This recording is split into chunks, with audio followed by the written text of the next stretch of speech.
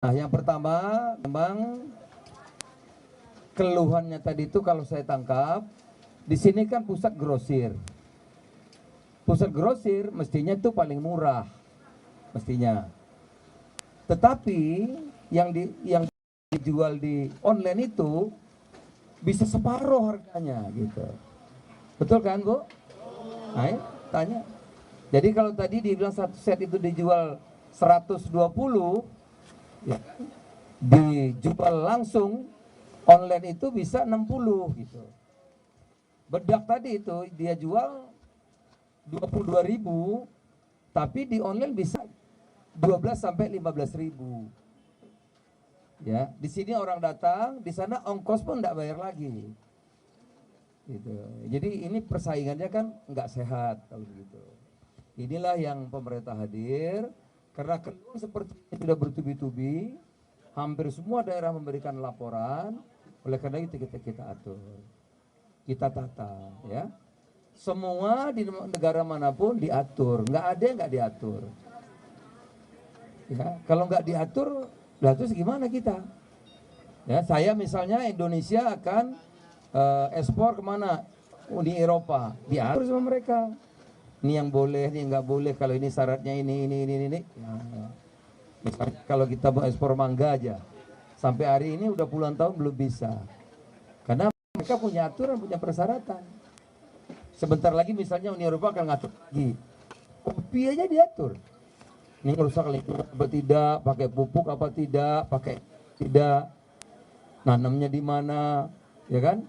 Yang menjamin bahwa ini tidak merusak lingkungan siapa, begitu. Rumah aja diatur kan, suami istri aja ada aturannya, gitu. Kalau suami yang boleh kira-kira kan, ya Pak.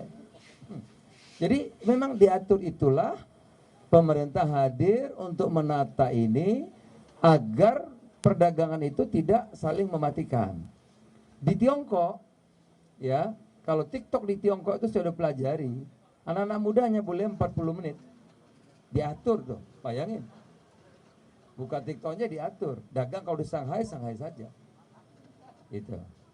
Uni Eropa malah nggak boleh sama sekali. India sama sekali nggak boleh. Amerika juga. Itu. Australia nggak boleh. Banyak yang kita tidak. Kita silahkan, tapi kita atur. Jangan sampai yang dagang offline ini bayar pajak, ini misalnya enggak, ya. Ini jualnya resmi, di sini jualnya predatory pricing, gitu ya. Nah, di sini harus ada BP POM, yang ini tidak, gitu. Di sini sertifikat jaminan, di sini tidak. Ya tentu kalah. Toko-tokonya nanti bisa tutup semua. Kita tutup semua, yang dagang ini kita mau kemana? Gitu. Nah, ya kan, padahal kita bisa maju kalau yang dagang ini maju, karena 90% lebih ekonomi kita itu ya toko-toko UMKM ini. Yang sekarang kami juga sedang melatih agar toko-toko ibu-ibu ini juga bisa nanti ikut jualan melalui platform digital yang adil, yang tidak predatory pricing, yang adil. Karena kalau online juga dia kalah juga. Kalau dia jual tadi 22.000, yang ini bisa jual 12.000, bayarnya 10.000. Ya kan ya Bu, gimana caranya? Nggak mungkin. Nah inilah ikhlas saudara yang kita atur. Negara juga ngatur. Kalau ada barang dari luar dumping, kita juga kenakan denda, ya Pak ya. Ya, ada undang-undang anti dumping. Jadi misalnya harga barang itu 100, kan? Diekspor ke kita cuma 50 rupiah, oh itu kita kenakan pajak bisa 300%, boleh. Nggak boleh seenaknya, itu nggak bisa. Itulah kira-kira saudara, pemerintah hadir untuk melindungi semuanya. Kita tidak nutup, silahkan. Kalau mau media sosial, kalau mau social commerce, silahkan, izinnya ada. Ya, kalau mau e-commerce, silahkan e-commerce, izinnya ada. Tapi ikuti atur, nggak bisa satu jadi semuanya, gitu. Jelas ya?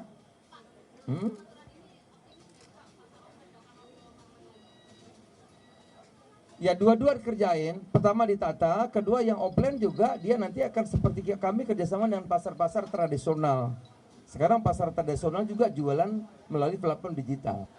Misalnya ya, saya pernah jualan tuh isinya ada bawang, ya, bawang, ada telur, kemudian ada cabai satu paket, berapa kalau nggak salah 60.000. Itu satu hari banyak yang anu, gitu. Ya, tapi tambah ongkos kirim kan. Tapi di pasar itu kan sudah banyak anunya, jadi lebih mudah sekarang ini. Artinya teman-teman yang offline ini diatur, ya. Yang online syaratnya harus sama dengan offline. Harus ada BP POM-nya, harus ada SNI-nya, harus ada sertifikat kalau makanan halalnya gitu. Jadi harus sama juga. Agar ada pajaknya harus sama, ya Bu ya. Harus sama, jangan sampai di sini tidak, sini kena, kan enggak, itu diatur. Nah, makanya kita atur asal muasal barang dari mana, jaminannya apa gitu ya. Izin POM-nya ada apa tidak. Kemudian kalau dia elektronik SNI-nya ada apa tidak. Kalau makanan halal apa tidak. Kalau beauty gini sudah ada izin edar nggak. Nah, itu semua harus sama.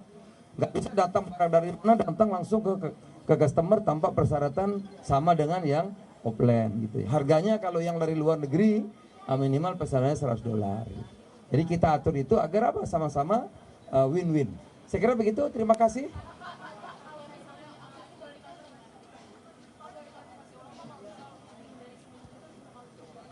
Ya tentu kita kirim surat untuk diberi negara atur.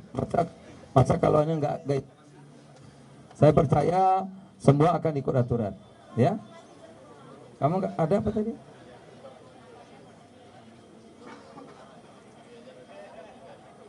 Ya, kami di Kemendak memang melatih. Kami temukan UMKM, marketplace, ya, retail modern, lembaga perbankan, kita temukan ekosistemnya ketemu. Jadi kalau UMKM belum mengerti marketplace, dilatih motonya, jualannya, packagingnya, dilatih. Mereka latih nggak bayar, gitu. Sehingga nanti bisa selain offline bisa juga jualan melalui online. Karena digital kan nggak bisa juga di perkembangannya akan datang tentu Bu. Nanti jualan itu juga digital itu akan sesuatu yang biasa, nggak bisa dianggap nggak ada, karena nanti akan begitu. Sekarang jual pecel aja bisa pesan kan, gitu. Jadi nanti pedagang-pedagang juga dilatih. Selain dia offline, dia juga bisa jualan online. Terima kasih. Selamat pagi. Assalamualaikum warahmatullahi wabarakatuh.